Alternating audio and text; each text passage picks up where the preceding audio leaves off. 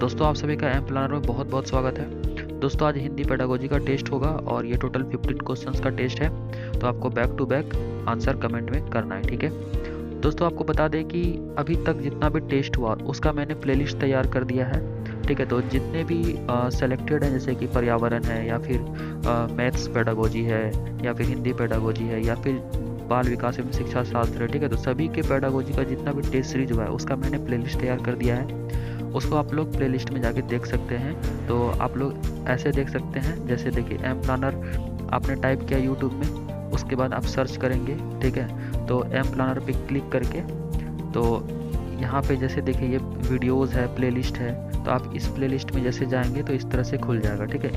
English pedagogy का जितना भी है, मैथ्स पेडागोजी है, ठीक है, मैथ्स क्लासेस भी है, तो सारे यहाँ पे आपको मिल जाएंगे, ठीक है। एसएसटी का है, बाल विकास का है, तो आप सारे यहाँ से देख सकते हैं। तो आई होप कि आपको ये अच्छा लगेगा। आप ज़रूर यहाँ पे प्लेलिस्ट विजिट कीजिए, आपको बहुत पसंद आएगा। तो चलिए आज का टेस्ट शुरू करते हैं। दोस्तों जनरली हिंदी पेडागोजी जो होता है वो 106 से 120 तक रहता है, टोटल 15 क्वेश्चंस रहता है। तो हमने भी वही लेने का यहाँ पे कोशिश किया है। तो चलिए आज का टेस्ट शुरू करते हैं। तो सबसे पहला प्रश्न इसमें है कि माधुरी पढ़ते समय कभी कभी वाक्यों शब्दों की पुनरावृत्ति करती है, ठीक है। इसका यह भाषाई व्यवहार दर्शाता है कि, तो यह जो भाषाई व्यवहार है क्या दर्शाता है कि वो जो पुनरावृत्ति करती है शब्दों का, तो वो क्या होता है। आपको कमेंट में इसका आंसर करना है। यहाँ पे 4 ऑप्शन गिवन है आपको, ठीक है। तो वह समझ के साथ पढ़ने की कोशिश कर रही है, वह अटक अटक कर ही पढ़ सकती है, उसे पढ़ना बिल्कुल नहीं आता, वह पढ़ने में ज़्यादा समय लेती है। तो क्या करेक्ट आंसर हो जाएगा, आप लोग जल्दी आंसर कीजिए यहाँ पे, ठीक है। तो देखिए फर्स्ट में क्या कहता है, वह समझ के साथ पढ़ने की कोशिश कर रही है, ठीक है।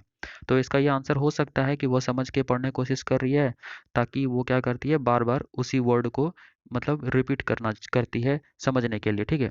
सेकंड में कहता है कि वह अटक अटक कर ही पढ़ सकती है, मतलब उसका जो एबिलिटी है वो अटक कर ही पढ़ने का एबिलिटी है, या फिर उसे पढ़ना बिल्कुल नहीं आता, या फिर वह पढ़ने में ज़्यादा समय लेती है। तो यहाँ पे देखिए दोस्तों, जब आप सारे ऑप्शंस को देख रहे हैं तो आपका आंसर एक ही आ रहा है।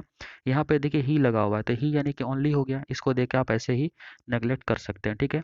यहाँ कहता है कि उसे पढ़ना बिल्कुल नहीं आता, तो ये भी नहीं होगा, ठीक है। फिर यहाँ कहता है वह पढ़ने में ज़्यादा समय लेती है, ये सारा क्या है, नेगेटिव पॉइंट्स है। तो इसको देख के आप ऐसे ही हटा सकते हैं, ठीक है। अब देखते हैं नेक्स्ट क्वेश्चन। दोस्तों अगला प्रश्न है कि उसने पढ़ा, उसने खाया, उसने चीखा जैसे भाषा प्रयोग दर्शाते हैं। तो यह क्या दर्शाता है कि नियम का उल्लंघन हो रहा है, या फिर संदर्भ की समझ नहीं है, या फिर नियम कंठस्थ ना होना, या फिर नियम का अति सामान्यीकरण, ठीक है। तो क्या करेक्ट आंसर हो जाएगा यहाँ पे, आप लोग आंसर कीजिए इसका। बहुत बढ़िया, ठीक है। तो इसका करेक्ट आंसर हो जाएगा 4 नंबर, यानी नियम का अति सामान्यीकरण। तो क्या हो रहा है, नियम का यहाँ पे अति सामान्यीकरण हो रहा है, नियम का उल्लंघन नहीं हो रहा है, ठीक है। कंठस्थ का यहाँ कोई बात ही नहीं हो, क्योंकि इस तरह का निगेटिव वर्ड होता है, इसको देख के आप हटा सकते हैं। यहाँ पे समझ ना होना की बात कर रहा है, ये सारा क्या है, नेगेटिव पॉइंट्स है। तो इसको देख के ही आप हटा सकते हैं। तो वो क्या कर रहा है, तो नियम का सामान्यीकरण कर रहा है, ठीक है। अब चलते हैं नेक्स्ट क्वेश्चन 108 नंबर, ठीक है। इसमें कहता है कि व्याकरण शिक्षण के संदर्भ में कौन सा कथन सही है, ठीक है। तो कौन सा कथन यहाँ पे स्टेटमेंट जो है करेक्ट होगा वो आपको बताना है। किसके रिगार्डिंग में, तो व्याकरण शिक्षण के रिगार्डिंग में, ठीक है, यानी ग्रामर के रिगार्डिंग में, ग्रामर टीचिंग। तो यहाँ देखिए पहले में कहता है कि व्याकरण शिक्षण के लिए समय सारणी में अलग से काव्यांशों की व्यवस्था होनी चाहिए, ठीक है। सेकंड में कहता है कि भाषा प्रयोग की अपेक्षा भाषा नियमों को ही महत्व देना चाहिए। थर्ड में कहता है कि बच्चे परिवेश में उपलब्ध भाषिक प्रयोगों के आधार पर स्वयं भाषा के नियम बनाने की क्षमता रखते हैं। फिर कहता है कि व्याकरण शिक्षण अत्यंत आवश्यक है, ठीक है। तो क्या करेक्ट आंसर हो जाएगा, आप लोग जल्दी बताइए इसका। बहुत बढ़िया, तो इसका क्या करेक्ट आंसर हो जाएगा, चलिए देखते हैं। तो देखिए पहले में कहता है कि व्याकरण शिक्षण के लिए समय सारणी में अलग से काव्यांश, ठीक है। तो समय सारणी में अलग से इसके लिए काव्यांश की व्यवस्था करने की बात करिए, अलग से, ठीक है। तो इसको हम लोग नेगलेक्ट करेंगे, यहाँ पे अलग करने की बात हो रही है। फिर यहाँ पे कहता है कि भाषा प्रयोग की अपेक्षा भाषा नियमों को ही महत्व देना चाहिए, ये ही वर्ड है, इसलिए इसको नेगलेक्ट करेंगे। फिर कहता है कि बच्चे परिवेश में उपलब्ध भाषिक प्रयोगों के आधार पर स्वयं भाषा के नियम बनाने की क्षमता रखते हैं, यानी कि भाषा का प्रयोग कर बच्चे स्वयं नियम बना लेंगे। तो ये सब रूल रेगुलेशन बनाने का भाषिक प्रयोग के आधार पर नहीं हो सकता है, ठीक है। तो हमारा करेक्ट आंसर क्या हो जाएगा? तो 4 नंबर यानी कि व्याकरण शिक्षण अत्यंत आवश्यक है, ठीक है। अब चलते हैं नेक्स्ट क्वेश्चन पर। नेक्स्ट क्वेश्चन क्या कहता है कि भाषा की पाठ्य पुस्तक में ऐसे पाठ रखे जाएं जो, ठीक है। तो किस तरह का पाठ रखे जाने चाहिए भाषा के पाठ्य पुस्तक में? तो फर्स्ट में है कि केवल व्याकरणिक नियमों का ही अभ्यास कराते हों। सेकंड में कहता है कि अत्यंत छोटे हों, ठीक है, यानी कि भाषा का पाठ्य पुस्तक क्या हो, बहुत ही छोटा हो, ठीक है। थर्ड में कहता है कि सरल भाषा से युक्त हो, ठीक है, यानी कि भाषा कैसा हो, बहुत ही सरल हो। और फोर में कहता है कि बच्चों के परिवेश से जुड़े हों, ठीक है। तो आपने अगर हमारे की पॉइंट्स को देखा है जो हमने वीडियोस पहले बनाया है, ठीक है, तो आपको पता चल गया होगा कि आंसर क्या होगा, ठीक है। अगर आपने नहीं देखा है तो मैं डिस्क्रिप्शन में उसका लिंक दे दूंगा, आप वहां से जाके देख लीजिएगा। तो चलिए आप लोग आंसर कीजिए, इसका क्या करेक्ट आंसर हो जाएगा? बहुत बढ़िया, ठीक है। तो देखिए इसका करेक्ट आंसर हो जाएगा 4 नंबर, बच्चों के परिवेश से जुड़े हों, ठीक है। तो यहाँ देखिए क्या लिखा है, परिवेश।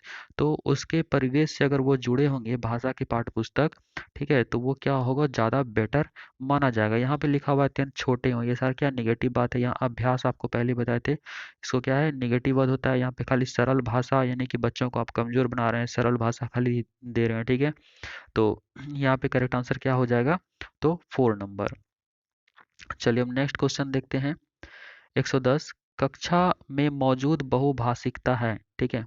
तो बहुभाषिकता जो कक्षा में बहुत सारे भाषा बोलने वाले मतलब छात्र होते हैं, तो वो क्या होता है कक्षा में, अगर ऐसा सिचुएशन क्रिएट हो रहा है तो वो क्या होगा? तो बच्चों के लक्ष्य भाषा सीखने के लिए वो हतोत्साहित करती है, यानी कि बहुभाषिकता जो होती है वो क्या करेगी, हतोत्साहित करेगी। सेकंड कहता है कि शिक्षक के लिए एक जटिल और कठोर कठोर चुनौती है, ठीक है। थर्ड में कहता है कि भाषा शिक्षण में बाधक है। फिर फोर में कहता है कि भाषा शिक्षण में एक संसाधन के रूप में प्रयुक्त हो सकती है, ठीक है। तो क्या करेक्ट आंसर हो जाएगा? आप लोग जल्दी इसका कीजिए आंसर। बहुत बढ़िया। तो देखिए इसका करेक्ट आंसर हो जाएगा 4 नंबर। तो यहाँ देखते हैं फर्स्ट में क्या कहता है कि बच्चों को लक्ष्य भाषा सीखने के लिए हतोत्साहित करती है, तो ये वर्ड देख के ही आप इसको हटा सकते हैं। देखिए यहाँ पे शिक्षक के लिए एक जटिल और कठोर चुनौती तो है, लेकिन यहाँ पे जब 2 और 3 को 4 को देखते हैं तो हमारा ये वाला ज़्यादा अच्छा होता है, क्योंकि ये संसाधन के रूप में प्रयुक्त होता है। अगर आप बहुभाषिकता के बारे में पढ़े हैं तो वहाँ ये चीज़ क्लियर लिखा हुआ ही है, कक्षा में संसाधन के रूप में प्रयुक्त हो सकती है, क्योंकि बच्चे बहुत सारे भाषा को सीखने का उन्हें मौका मिलता है, बहुत सारे संस्कृति को सीखने का मौका मिलता है, ठीक है। तो ये क्या हो जाएगा, एक संसाधन के रूप में प्रयोग होता है। तो और ये चुनौती उसके सामने तो होता है, लेकिन ये यहाँ पे आंसर नहीं होगा। भाषा शिक्षण में बाधक है, बाधक नहीं होता है, ठीक है। तो ये क्या होता है, संसाधन के रूप में प्रयोग होता है। तो इसका करेक्ट आंसर क्या होगा? 4 नंबर।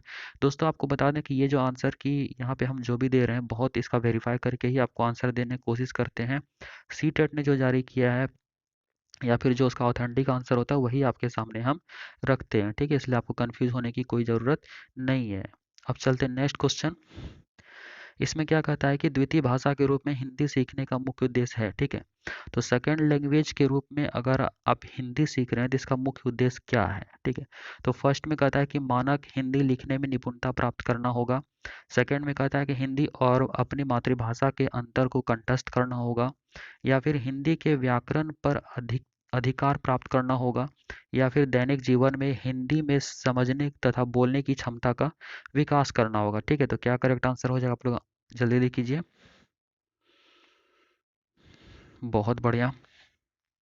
तो देखिए इसका करेक्ट आंसर क्या हो जाएगा? 4 नंबर। दोस्तों आपको आंसर बहुत जल्दी करना है, ठीक है, क्योंकि हमारे पढ़ते पढ़ते आपको सोच लेना है, क्योंकि एग्जाम में इतना टाइम आपको नहीं मिलता है। तो यहाँ पे हम जिस तरह से एक्सप्लेनेशन करते हैं, ठीक है, जो जो की पॉइंट्स आपको बताते हैं, तो उस की पॉइंट्स को आप जरूर लिख लीजिए कॉपी में। इसको एक ट्रिक की तरह आप समझ सकते हैं, ठीक है। तो यहाँ देखिए फर्स्ट में कहता है मानक, तो इस वर्ड को देखते ही इसको हटा सकते हैं। यहाँ पे लिखा हुआ है कंठस्थ, इसको देख के ही आप हटा सकते हैं, ठीक है। यहाँ पे कहता है हिंदी के व्याकरण पर अधिकार, यहाँ देखिए अधिकार प्राप्त करने की बात हो रही है, तो ये क्या है, एक नेगेटिव वर्ड है, इसको भी आप हटा सकते हैं, ठीक है। तो हमारा 4 नंबर क्या हो जाएगा? तो करेक्ट आंसर हो जाएगा, यानी कि दैनिक जीवन में हिंदी में समझने तथा बोलने की क्षमता का विकास करना, इसीलिए जो है सेकेंड लैंग्वेज के रूप में हिंदी सीखने का वो क्या होगा, एक मुख्य उद्देश्य माना जाएगा, ठीक है। अब चलते हैं नेक्स्ट क्वेश्चन पर। नेक्स्ट क्वेश्चन में क्या कहता है कि निम्नलिखित में से कौन सा उच्च प्राथमिक स्तर पर भाषा शिक्षण का उद्देश्य नहीं है। ठीक है, तो यहाँ पे उच्च प्राथमिक स्तर है, ठीक है, तो उसमें कौन सा जो है भाषा शिक्षण का उद्देश्य नहीं होगा वो आपको बताना है। पहले में कहता है कि सही रूप में समझना, फिर है व्याकरण के नियमों को रटना, फिर है निजी अनुभवों के आधार पर भाषा का सृजनशील प्रयोग, फिर फोर में है दूसरों के अनुभवों से जुड़ पाना और संदर्भों में चीज़ों को समझना। ठीक है, तो एक चीज़ आप एग्जाम में हमेशा गौर कीजिएगा, नहीं वर्ड पे जरूर जरूर फोकस कीजिएगा, नहीं तो आपका आंसर गलत होने का पूरा प्रोबेबिलिटी रहता है। ठीक है, तो यहाँ पे क्या करेक्ट आंसर हो जाएगा, आप लोगों को पता चल गया हो कि आंसर क्या होने वाला है। ठीक है, बहुत बढ़िया। तो देखिए इसमें देखिए यहाँ पे क्या लिखा हुआ है, रटना, तो डायरेक्ट आंसर इसका सेकंड नंबर होगा। तो यह उद्देश्य रटना कभी भी उद्देश्य नहीं हो सकता, इसलिए किसी ऑप्शन को और देखने का जरूरत है ही नहीं। ठीक है, यहाँ पे सही रूप से समझना तो बिल्कुल उद्देश्य होगा। ठीक है, सृजनशील प्रयोग बिल्कुल उद्देश्य हो सकता है। ठीक है, फिर दूसरे के अनुभवों से जुड़ पाना और संदर्भों में चीज़ों को समझना, यह भी उद्देश्य हो सकता है। तो उद्देश्य हमारा क्या नहीं होगा, तो वो रटना। ठीक है, आई होप कि आप लोग अच्छे से समझ रहे होंगे। तो दोस्तों एक बार वीडियो को आप लोग जितने भी देख रहे हैं प्लीज़ प्लीज़ प्लीज़ लाइक ज़रूर कर दीजिएगा। ठीक है, और अपने दोस्तों में कम से कम एक शेयर तो आपसे मेरा बनता है। ठीक है, एक शेयर आप लोग ज़रूर कर दीजिएगा। चलिए नेक्स्ट क्वेश्चन देखते हैं। सपना अपनी कक्षा के बच्चों को मौखिक अभिव्यक्ति के अवसर देने के लिए, ठीक है, यहाँ पे क्या लिखा हुआ है पढ़िए, मौखिक अभिव्यक्ति का अवसर, ठीक है, देने के लिए अनेक क्रियाकलाप करती है। आप निम्नलिखित में से सबसे ज्यादा प्रभावी किसे मानते हैं। तो बहुत सारा क्रियाकलाप करती है, तो इसमें जो मोस्ट इफेक्टिव होगा वो आपको बताना है। ठीक है, तो फर्स्ट में क्या है कि विभिन्न परिस्थितियों में संवाद अदायगी, ठीक है, यानी संवाद क्या होता है, तो कन्वर्सेशन।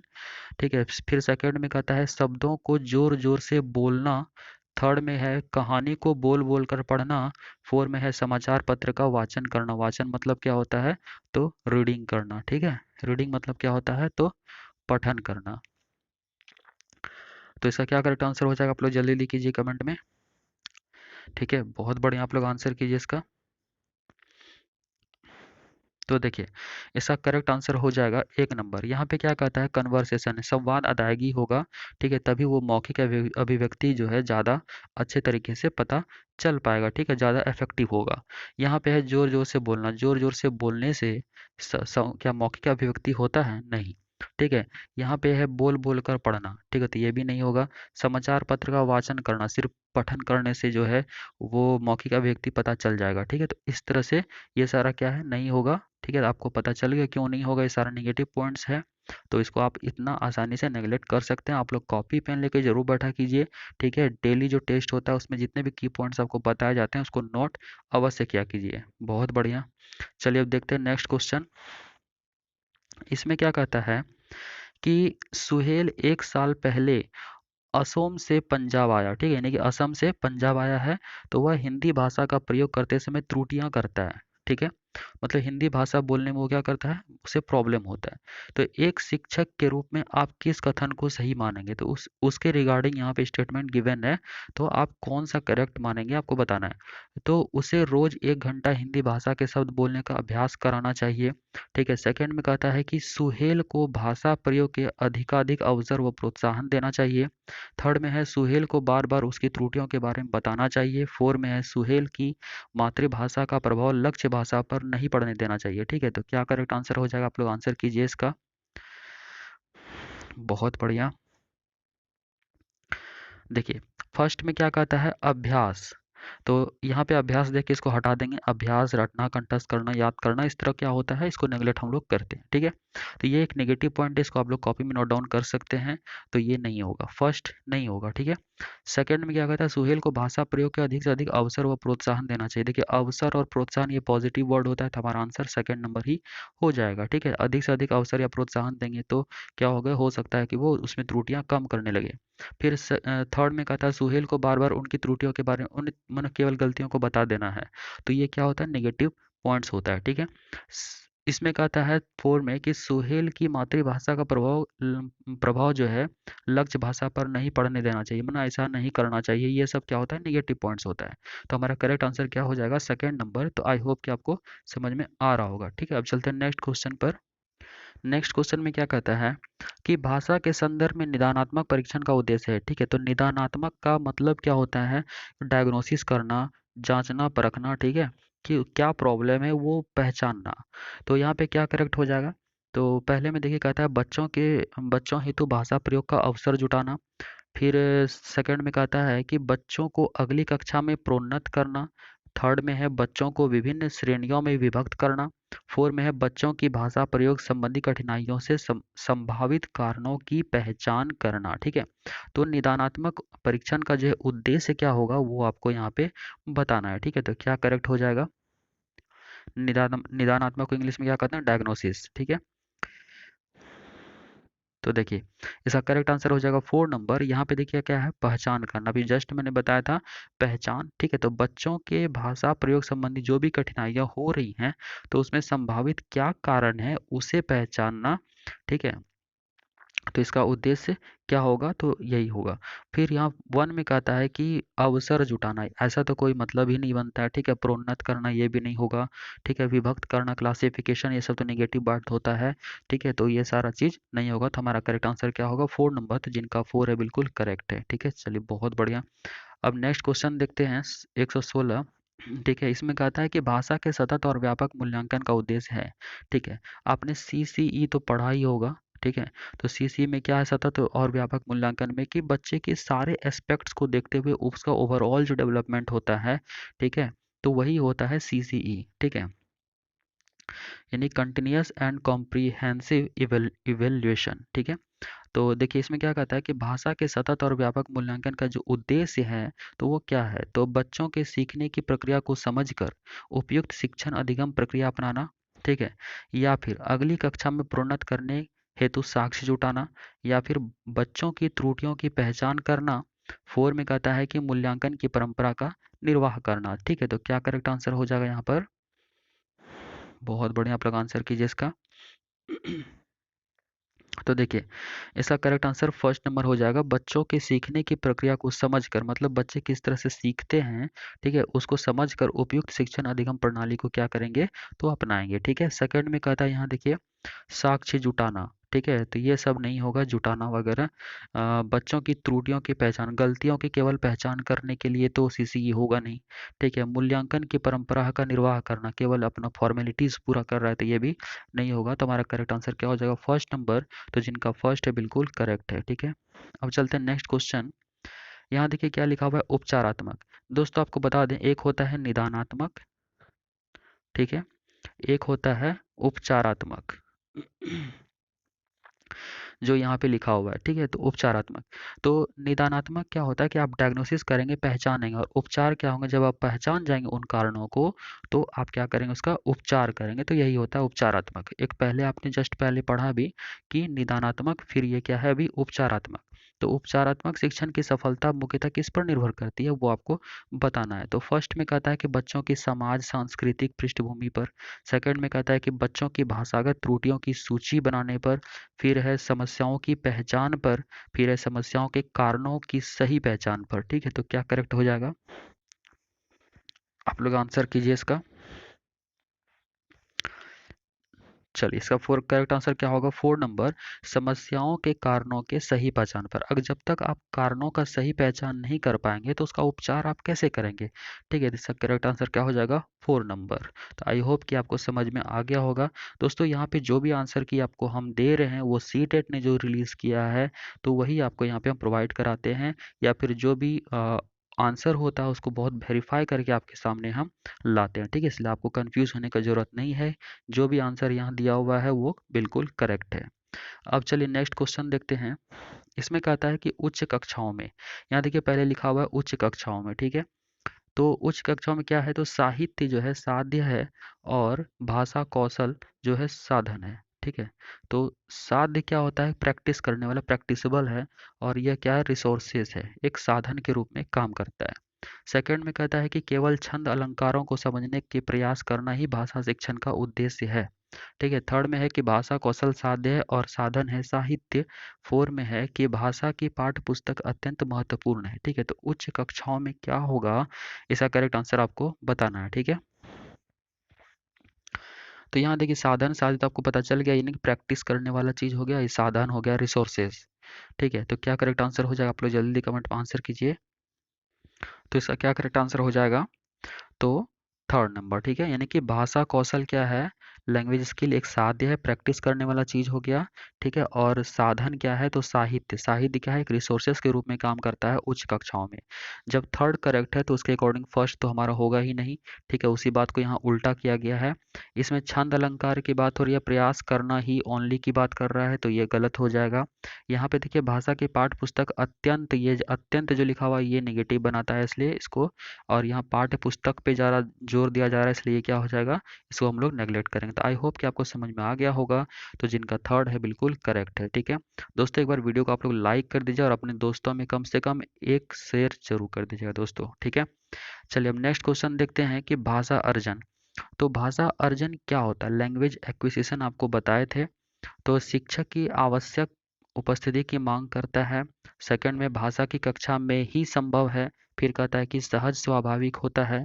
फिर प्रयासपूर्ण होता है। ठीक है, ये क्वेश्चन कई बार रिपीट किया गया है।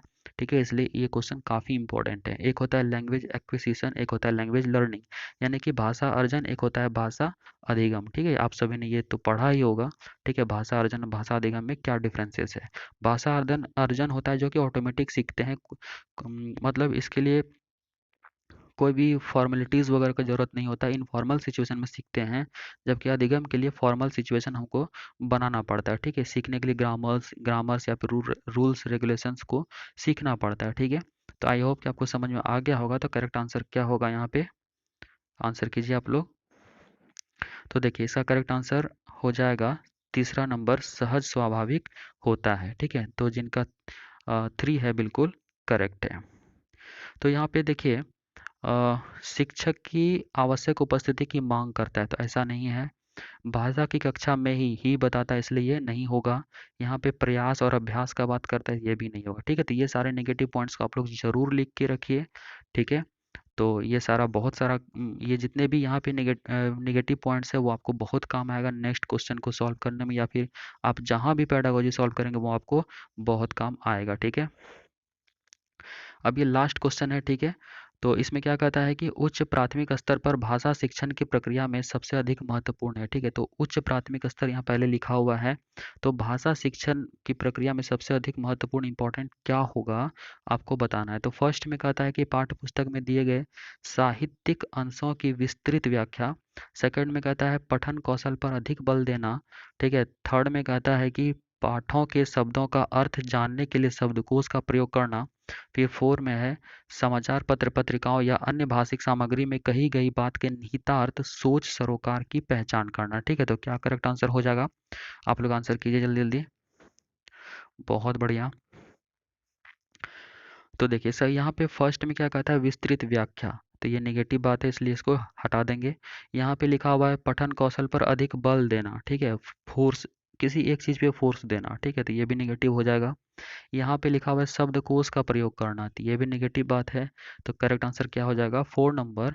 ठीक है, तो दोस्तों यहाँ पे क्यों हुआ फोर नंबर, अब यहाँ क्या लिखा हुआ है समाचार पत्र पत्रिका या फिर अन्य भाषिक सामग्री में जो बात कही गई है उसके निहितार्थ और उसको सोच समझ या फिर सरोकार की पहचान करना ही इसका क्या हो जाएगा, तो उच्च प्राथमिक स्तर पर भाषा शिक्षण की प्रक्रिया में सबसे अधिक महत्वपूर्ण माना जाएगा यहाँ पर। ठीक है, तो दोस्तों आप लोग को वीडियो कैसा लगा तो लाइक ज़रूर कर दीजिएगा। आप लोगों से बस एक चीज़, थोड़ा सा एक रिक्वेस्ट है कि आप लोग अपने दोस्तों में अपने ग्रुप्स में कम से कम एक शेयर अवश्य कर दीजिए। ठीक है, तो मिलते हैं नेक्स्ट वीडियो में। आप लोग ज़रूर बता दीजिएगा आपने कितना करेक्ट किया। ठीक है, तो चलिए मिलते हैं कल के टेस्ट में। तब तक के लिए जय हिंद, आप सभी का बहुत बहुत धन्यवाद।